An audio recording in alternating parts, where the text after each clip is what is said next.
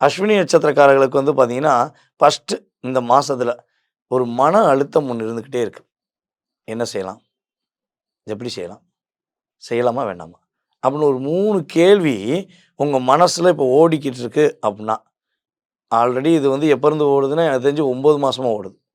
ஓகேவா? ஸோ அப்படி ஒரு சூழ்நிலை ஓடுது என்றால், அந்த சூழ்நிலையை மாற்றக்கூடிய ஒரு அமைப்பு சனி பகவான் மூலமா உங்களுக்கு கிடைக்க போகுது. உங்களுடைய தன்னம்பிக்கை அதிகரிக்கும். உங்களுடைய பொருளாதாரம் சார்ந்த விஷயங்கள்ல உள்ள தடை விலகப் போகுது. அதேபோல யாரெல்லாம் அஸ்வினி நட்சத்திரத்தில குழந்தை பாக்கியத்துக்காக காத்திருக்கீங்களோ, அவங்களுக்கு குழந்தை பாக்கியம் உண்டு. 3 வருஷம் ஆச்சுங்க, 4 வருஷம் ஆச்சுங்க, 2 வருஷம் ஆச்சுங்க. கல்யாணம் முடிச்சு குழந்தையே இல்லங்க. கவலைப்படாதீங்க. இந்த மாதம் மார்ச் மாதம் 6ஆம் தேதியிலிருந்து கிட்டத்தட்ட எனக்கு தெரிஞ்சு ஒரு ஆகஸ்ட் எண்டுக்குள்ளேயே குழந்தை பாக்கியம் கிடைப்பதற்கான வாய்ப்புகள் நம்மளுடைய அஸ்வினி நட்சத்திரக்காரர்களுக்கு உறுதியாக ஏற்பட போகுது. சரி, குழந்தைகள் இருக்குங்க. ஆனா, என் குழந்தை என்னைய புரிஞ்சுக்கவே மாட்டேங்கிறான். என்னுடைய ஆப்ஷன கொஞ்சம் கூட ஏத்துக்கிற மாட்டேங்க. நானும் என் குழந்தைய புரிய வைக்கிறதுக்காண்டி பெற்றோரா இருந்து நாங்க எவ்வளவோ பேசி பார்த்துட்டோம்.